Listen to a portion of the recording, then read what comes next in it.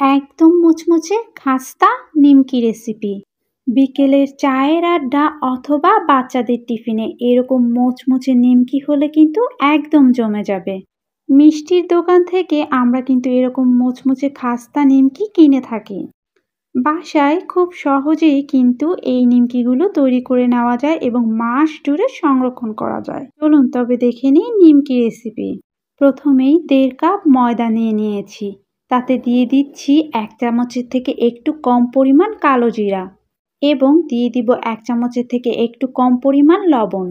দিয়ে দিচ্ছি 1 টেবিল চামচ পরিমাণ চিনি। এই চিনিটা দিলে নিমকিটা একটু মিষ্টি মিষ্টি ভাব হবে এবং খাস্তাও হবে। শুকনো উপকরণ একটু ভালো করে মিশিয়ে নিচ্ছি।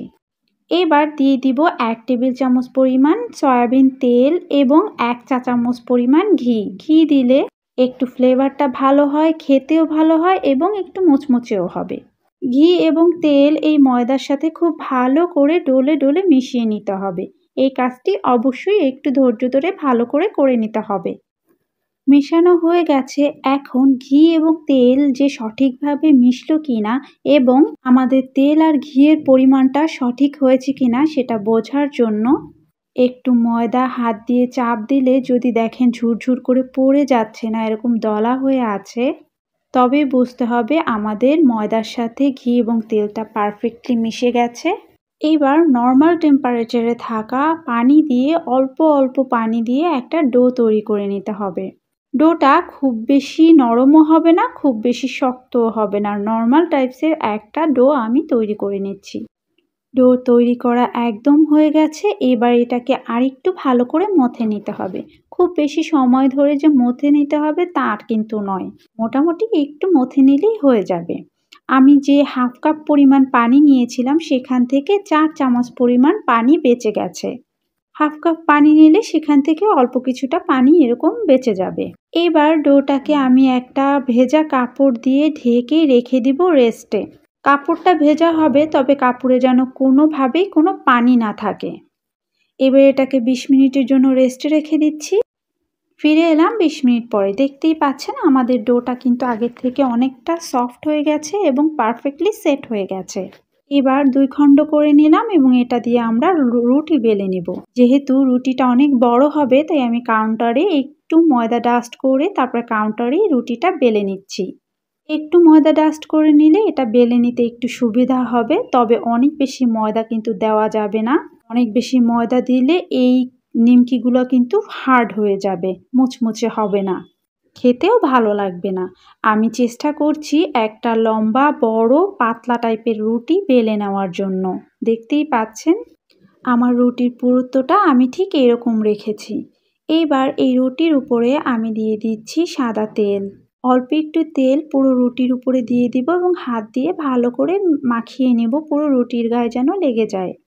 এবার অল্প একটু ময়দা ডাস্ট করে দিব, তাতে করে এটা যখন আমরা ফোল্ড করব তখন একটির গায়ে আরেকটি একদম লেগে যাবে না। এখন ঘুরিয়ে ঘুরিয়ে রুটিটাকে গোল রোলের মতন করে নিচ্ছি এবং হাত দিয়ে চেপে চেপে একটু চেপে চেপে দিচ্ছি যেন ভিতরে কোনো ফাঁকা বা বাবলস ভাব না থাকে। আমরা যেহেতু ছোট ছোট নিমকি বানাবো তাই আমি এগুলোকে ছোট ছোট করে কেটে নিচ্ছি এবং এই ছোট ছোট লেচি থেকে আমরা এবার আমাদের ফাইনালি নিমকি তৈরি করে নিব। একটা ছোট লেচি আমি হাত থেকে চেপে নিচ্ছি এবং বেলুনি দিয়ে এটাকে যতটা সম্ভব পাতলা করে বেলে নেব।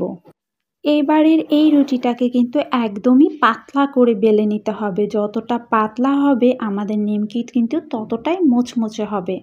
আমি উপরে আরও একটু তেল দিয়ে দিলাম এবং তার উপরে ময়দা ডাস্ট করে দিয়েছি যেন ভাঁজ করলে একদম একটার সাথে আরেকটা মিশে না যায়।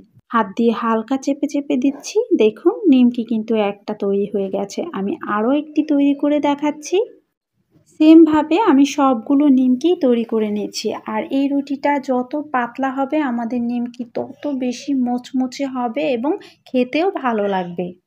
নিমকি বানানোর পরে কাঁটা চামচ দিয়ে নিমকিটার উপরে যদি একটু কেচে দেওয়া হয়, ছিদ্র ছিদ্র করে দেওয়া হয়, তাহলে এই নিমকিটা অনেক বেশি ফুলে উঠবে না। জাস্ট এই পর্যায়ে আমরা যদি কাঁটা চামচ দিয়ে একটু কেচে দিই অনেক বেশি ফুলে উঠবে না, বাট আমার কাছে এই ফোলা ফোলা ভাবটাই ভালো লাগে তাই আমি আর কাঁটা চামচ দিয়ে কেচে দিলাম না। এবার চলে এসেছি ভাজার জন্য। চুলায় তেল গরম করে নিমকিগুলো দিয়ে দিয়েছি। তেলটা অনেক বেশি যেন গরম না হয় সেদিকে কিন্তু খেয়াল রাখতে হবে।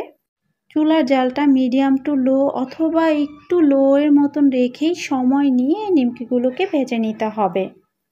চুলার জালটা যদি আমরা বাড়িয়ে দিয়ে নিমকি ভেজে নেই তবে কিন্তু ওপরটায় কালার চলে আসবে আর ভেতরে কিন্তু কাঁচা কাঁচা থেকে যাবে।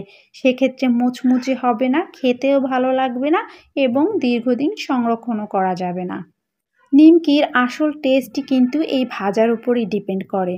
সো চুলার জালটা একটু কমিয়ে দিয়ে ধৈর্য নিয়ে সময় নিয়ে এই নিমকিগুলোকে ভেজে নিতে হবে, তবেই কিন্তু আমাদের পারফেক্ট নিমকি তৈরি হয়ে যাবে। আর দেখতেই পাচ্ছেন আমি কিন্তু কাঁটা চামচ দিয়ে কেচে কেচে দেই নাই, যার কারণে আমাদের নিমকিগুলো অনেক বেশি ফুলে ফুলে উঠেছে এবং এভাবে ফুলে ফুলে উঠলেই কিন্তু নিমকিটা মুচমুচে বেশি হবে। আমাদের নিমকি প্রায় ভাজা শেষ। এখন কালার চলে আসলে আমরা তুলে ফেলবো। আমাদের কিন্তু কালারও চলে এসেছে, ভাজাও কমপ্লিট। এখন আমরা সব নিমকিগুলো তেল থেকে উঠিয়ে পরিবেশন করে নেব। দেখতেই পাচ্ছেন কত সহজেই বাসায় তৈরি করে নেওয়া যায় এরকম মুচমুচে খাস্তা নিমকি, আর খেতেও অনেক বেশি টেস্টি হয়েছিল। কতটা মুচমুচে হয়েছে সেটা না হয় দেখলেই বুঝতে পারছেন, একদম ভেঙে গুঁড়ো গুঁড়ো হয়ে যাচ্ছে। আর আপনি এটা বানিয়ে মাস জুড়ে সংরক্ষণ করে খেতে পারবেন। আজকে তবে বিদায় নিচ্ছি, দেখা হবে নতুন রেসিপি। আশা করি আজকের এই রেসিপি আপনাদের কাছে ভালো লাগবে। রেসিপি ভালো লাগলে আমার চ্যানেলটি সাবস্ক্রাইব করে আমার পাশে থাকতে পারেন। আল্লাহ হাফেজ।